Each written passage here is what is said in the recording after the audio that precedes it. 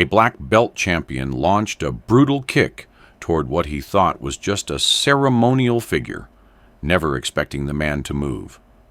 But when that silent statue came alive, everything he'd learned in the gym, every medal he'd ever earned, became meaningless. The crowd stood frozen, mouths half open, cameras raised but forgotten, as years of unchecked arrogance were dismantled in seconds by a different kind of strength. One forged not in tournaments, but in the fire of real-life experience. Before we go any further, let us know in the comments where you're watching from, and make sure to check out our second channel, True Grit Stories. Linked in the pinned comment, we upload powerful true life stories every single day. It all started on a breezy Sunday afternoon on Main Street in Santa Monica, just a few blocks from the pier. The street was alive with energy. Vendors selling roasted corn, families sipping lemonade, couples walking their dogs under a sky painted with late summer light. But the real crowd had gathered near a pop-up demo ring where Zack Dillon was putting on a show. At 31, Zack had become an online sensation, a black belt, former MMA champ, and self-proclaimed king of modern combat sports. He wasn't just a fighter, he was a brand. 3 million followers, flashy merch, a podcast, sponsorships from energy drink companies, you name it. His Instagram bio read like a digital war cry: fighter, winner, untouchable. Wearing a sleeveless hoodie, designer trainers, and taped fists, he radiated ego like cologne. "This," he shouted to the crowd, circling a punching dummy with theatrical flair, "is the kind of fight they never show you in movies. Real strength, real damage, no second takes." His words were met with whistles and phones, recording from every angle. Among the spectators were his usual crew, 3 guys in matching Zack Attack combat system jackets, his entourage, hype team, and mobile PR machine. They formed a human wall behind him, nodding at every word, laughing at every jab. The entire setup screamed performance. Zack wasn't here to teach. He was here to dominate. But just a few feet away, sitting quietly in a motorized wheelchair, was a young boy named Eli. He didn't cheer. He didn't film. He just watched. And when Zack's next move sent him stumbling backward into Eli's chair, the story took a turn no one expected. His name was Eli, and he'd asked his mom if they could stop by the street fair after his physical therapy appointment a few blocks away. Eli was born with muscular dystrophy. He had never taken a single step, but he knew more about resilience than most adults. As Zack stepped back from another thunderous combo, he didn't notice the boy's chair behind him. His foot clipped one of the wheels, causing the chair to jolt sideways. Eli gasped as his drink tumbled, splashing soda onto his lap. Zack turned, annoyance already flaring in his eyes. "Hey, watch where you park that thing," he snapped, shaking out his leg like it had been inconvenienced. Eli looked up, surprised but silent. His mother, who had been standing just behind, stepped forward quickly. "He's just a child," she said, her voice tight. "He didn't move. You backed into him." Zack scoffed, rolling his eyes. "Then maybe don't put your kid's wheels in a combat zone," he muttered, brushing his shorts off like he'd been contaminated. "This isn't a playground. It's a demonstration." A few people in the crowd murmured. Some laughed nervously. Others looked at each other, unsure whether this was still part of the show. The 2 cameramen kept rolling. One of them, a younger guy in a baseball cap, hesitated, then leaned in and said, "Maybe tone it down, bro." But Zack waved him off and turned back to the audience. "This right here," he announced loudly, gesturing toward Eli's chair, is exactly the problem. Weakness, getting in the way of strength. I'm here showing you what real fighting looks like, and I get hit with a wheelchair. The words landed with a thud heavier than his punches. The mother gripped the handles of Eli's chair and turned away. As she wheeled him out of the circle, she held her head high, but her knuckles were white. A couple of older spectators shook their heads, one of them muttering, "No class." Just as the moment began to dissipate, another figure stepped forward from the edge of the crowd. He wasn't loud, he wasn't announced. He simply appeared, like someone who belonged there. A man in his late 70s, wearing a weathered gray hoodie, jeans, and aviator sunglasses. He walked slowly but with undeniable presence. Some in the crowd recognized him instantly. Wait, is that?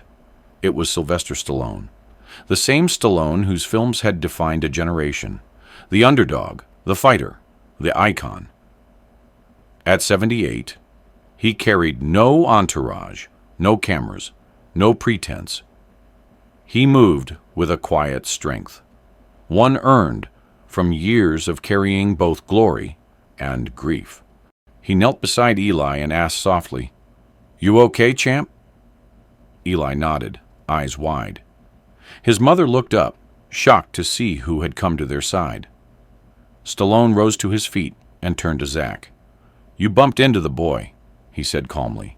"You should apologize." Zack stared, half amused, half disbelieving. "Hold up. You're Rocky, aren't you? Man, I grew up on your movies." His tone twisted into mockery. "This is real rich. I'm getting scolded by an actor. You played tough guys. I am one." Stallone didn't flinch. Real tough guys know when they're wrong. Zack smirked. "Don't go Clint Eastwood on me, old man. You're not walking out of a Western. This is 2025. People don't bow to legends anymore." He stepped closer, voice rising. "What are you even doing here? Looking for one last scene? You're not relevant. You're a museum piece. I'm the future." The crowd shifted. Some pulled their phones up. Others stood frozen. Eli and his mother hadn't moved, but their expressions were locked on Stallone's face. He stood still, calm, unshaken. "You want to go viral?" Zack taunted. "Let me help you out." And with that, he reared back and threw a punch. It wasn't his hardest punch, but it was enough. A sharp jab that landed on Stallone's left cheek, jerking his head to the side. The crowd gasped, a collective intake of breath. For a beat, no one moved. Stallone slowly turned his face forward again. He touched his cheek, now reddening. Then he looked Zack in the eye, not with rage, not with fear, but with something that made Zack take half a step back. Something ancient and full of quiet gravity. "You just hit a man who's been knocked down more times than you've fought," Stallone said, voice low and steady. "I've buried a child. I've held friends while they died. I've walked through nights so dark I thought I'd never see morning. And I'm still here." Zack blinked. His mouth opened, but nothing came out. "You think you're strong?" Stallone continued. "Strength isn't how hard you hit. It's how much you carry when the whole world wants to break you." He looked toward Eli. "That kid in the chair? He's stronger than you. And he didn't need to lift a damn finger to prove it." The words landed like a hammer. Zack's ego wavered, visibly shaken. He glanced around, realizing the cheers were gone. No one was clapping anymore. Phones still recorded, but the crowd had turned cold. Stallone turned back to Eli, bent down, and gave the boy a soft smile. "Keep fighting, kid. You're doing great." The boy beamed. Then the applause began. Not for Zack, not for the punch, but for the man who hadn't needed to strike back to win. Zack didn't speak. He just stood there, fists still half clenched, the sting of his own punch fading fast, while the weight of Stallone's words settled deeper. The crowd had changed. It wasn't just the silence, it was the shift in atmosphere. From excitement to reverence, from anticipation to something far more grounded. Even the sound of the ocean seemed to hush, as if the whole street had paused to witness something larger than a street performance. One of Zack's cameramen slowly lowered his phone. "Man, maybe we shouldn't post this," he whispered. The other guy nodded but kept filming, almost out of instinct. This wasn't just content anymore. This was something else entirely. Zack glanced at the cameras, then at the people around him, many of them older, some veterans judging by the hats and jackets, others just parents or grandparents holding kids close, all of them staring not with fear, not with admiration, but with a kind of weary disappointment. It was the same look Zack had seen in his father's eyes years ago, the one time he'd gotten into a real fight outside a gym. That time had ended with a hospital visit and a scar that still ran across his eyebrow. Stallone stepped away from Eli, walking with the deliberate calm of someone who had nothing to prove but plenty left to teach.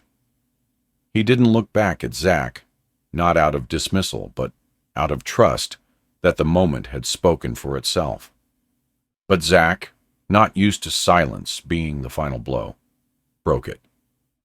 "You think a speech wins the fight?"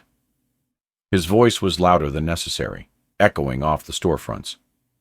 "You think words hit harder than fists?" Stallone turned slightly, one eyebrow raised behind his sunglasses. "Sometimes," he said, "they land where fists never could." For a second, Zack looked ready to respond again, but the fight had drained from his body.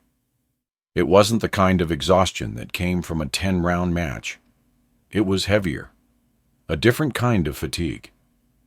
He let out a breath and looked around again, then down at his hands. They didn't feel powerful anymore.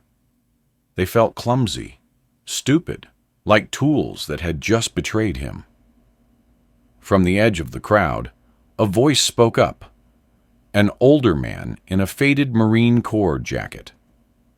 "Son, you don't need to dig a deeper hole. You already hit bottom. Now ask yourself who you want to be when you climb out." Zack didn't answer, but he heard it. He felt it.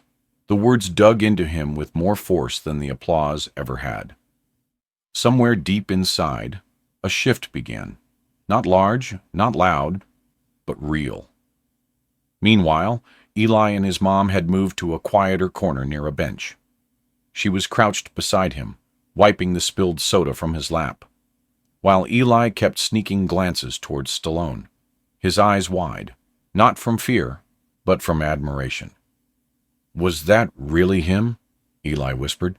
"That was really Rocky?" His mom smiled. "Not just Rocky, sweetheart. That was Sylvester Stallone. And he stood up for you like a real hero would."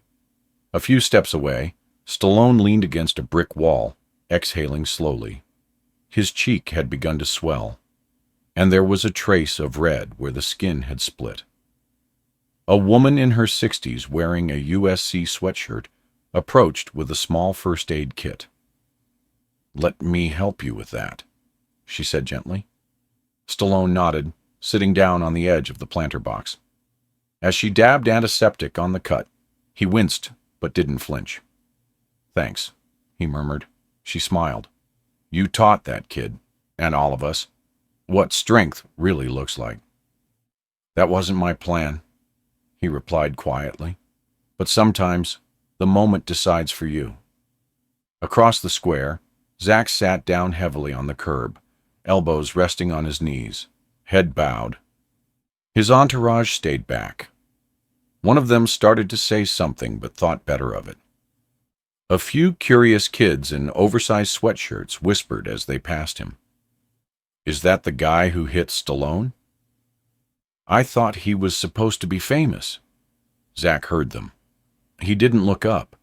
The words didn't sting like they would have an hour ago. They felt deserved, earned even. The weight of everything he'd built, his image, his followers, his identity as a fighter, suddenly seemed paper thin. All of it had cracked the moment he swung at a man who didn't swing back. And the silence that followed was louder than any crowd's roar. An older couple approached slowly, maybe in their 70s, hand in hand. The man paused in front of Zack. "You've got talent," he said, voice rough but sincere. "But if you don't put your heart in the right place, it's just noise. The world's already full of noise." Zack finally looked up. "You think I can fix this?" The man nodded. "Depends on whether you're more interested in being seen or being remembered." That hit harder than anything all day. A few minutes later, Eli and his mom began to head home. As they passed Zack, the boy hesitated. His mother looked at him, surprised, but didn't stop him. Eli turned toward Zack, his small voice steady.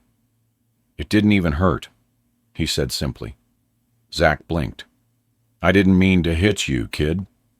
"I know," Eli said, nodding. "You just didn't see me." Those words pierced deeper than he expected. "That's the problem," Zack said, almost to himself. "I didn't see anything." Eli gave him a look that was far too wise for his age. "Now you do." Then the boy turned and rolled away with his mother, leaving Zack sitting with the truth unraveling inside him like a thread being pulled loose. By the time the crowd had fully dispersed, dusk had started to settle over Santa Monica. The air cooled, and the smells of popcorn and sea salt lingered in the wind. Stallone, now cleaned up and quiet, walked past Zack without a word. But as he passed, he dropped something beside him, a folded paper napkin with 3 words written in black marker. "It's not too late." Zack stared at it for a long time. In the distance, someone started playing a slow tune on an acoustic guitar. It wasn't a theme song. It wasn't the Rocky anthem.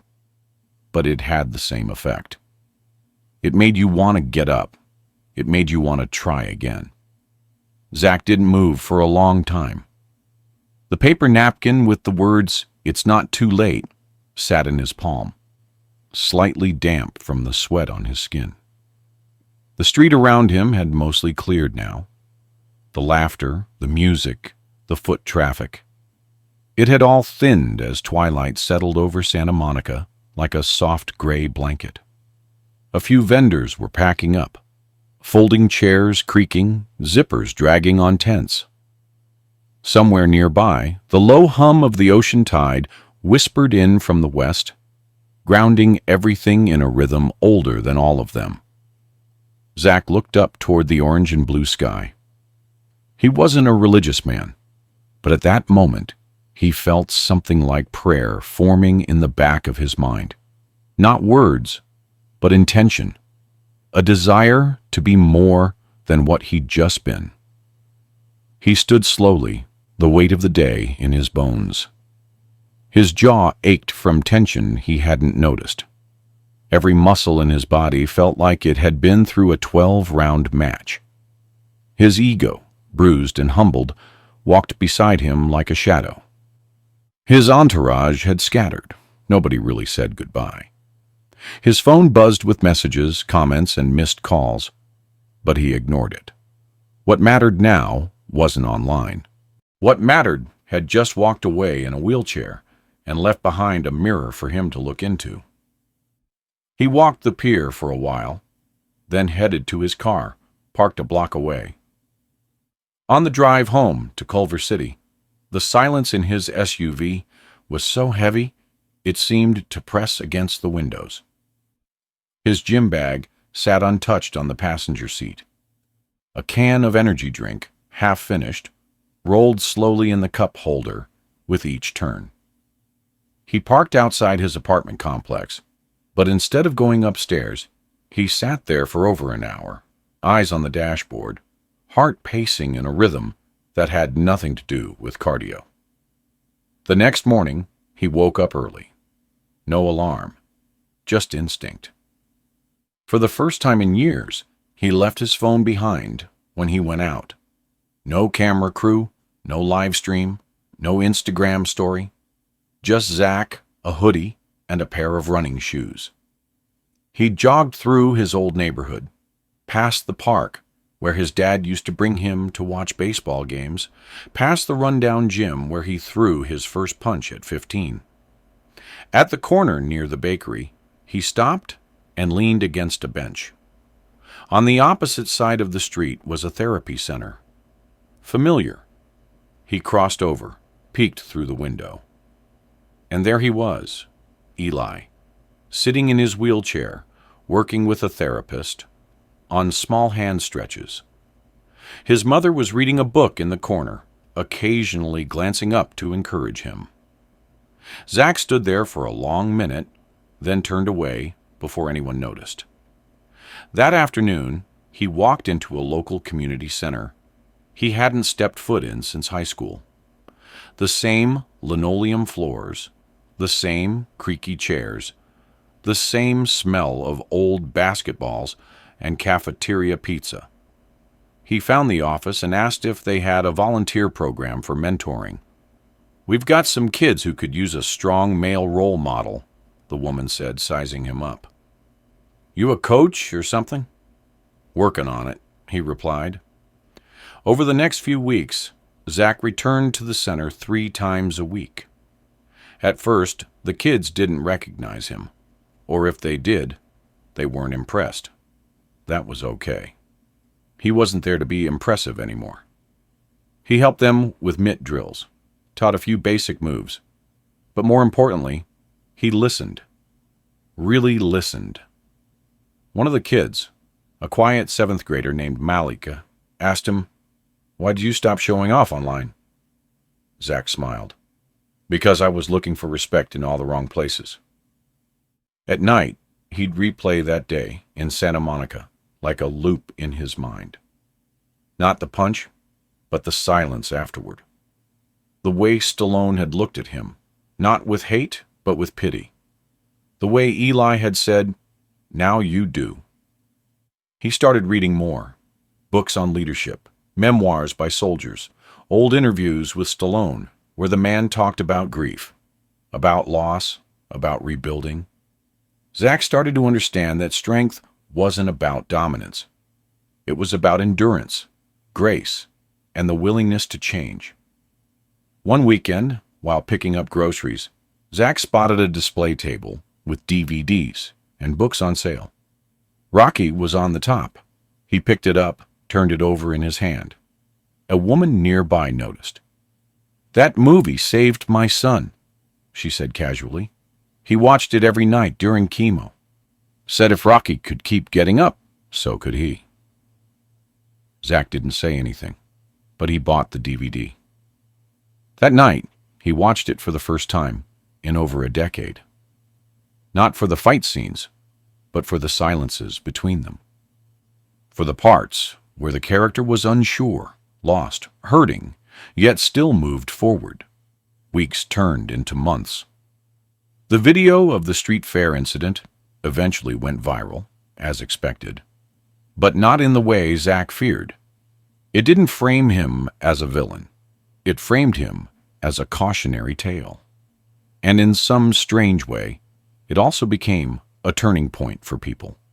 The moment someone finally saw what humility looked like in real time. Eli's mom later wrote a blog post about that day. She didn't focus on Zack's punch. She focused on Stallone's reaction, on what it meant to stand up, not in anger, but in stillness. Her words were shared thousands of times. Stallone never commented publicly. He didn't have to. But one day, Zack received a package, no return address.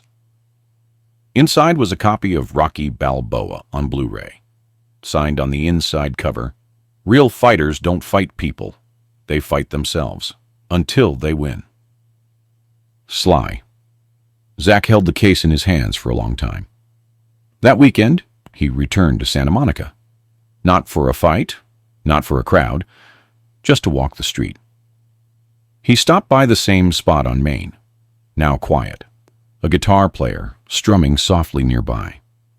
He sat on the bench for a while, then stood, looked out toward the pier, and felt a strange calm settle over him. Behind him, a familiar voice called out, "You came back." It was Eli, with his mom. Zack turned, smiled. "I owed this place a second round." The boy rolled forward. "I've been training too. Got a new chair. Lighter, faster." "I can tell," Zack said, kneeling beside him. "Bet you're stronger now, too." Eli grinned. "You too." Zack looked at him, really looked, and nodded. "Thanks to you." They sat in the soft glow of sunset. Two fighters, different battles, but the same kind of strength. And somewhere, just faintly, the ghost of a bell rang in Zack's heart, signaling not the end of a round, but the beginning of a new one. Not in the ring, not online, but in the quiet spaces where real change begins. The punch that had echoed on Main Street was long gone, but its ripple was just starting to grow.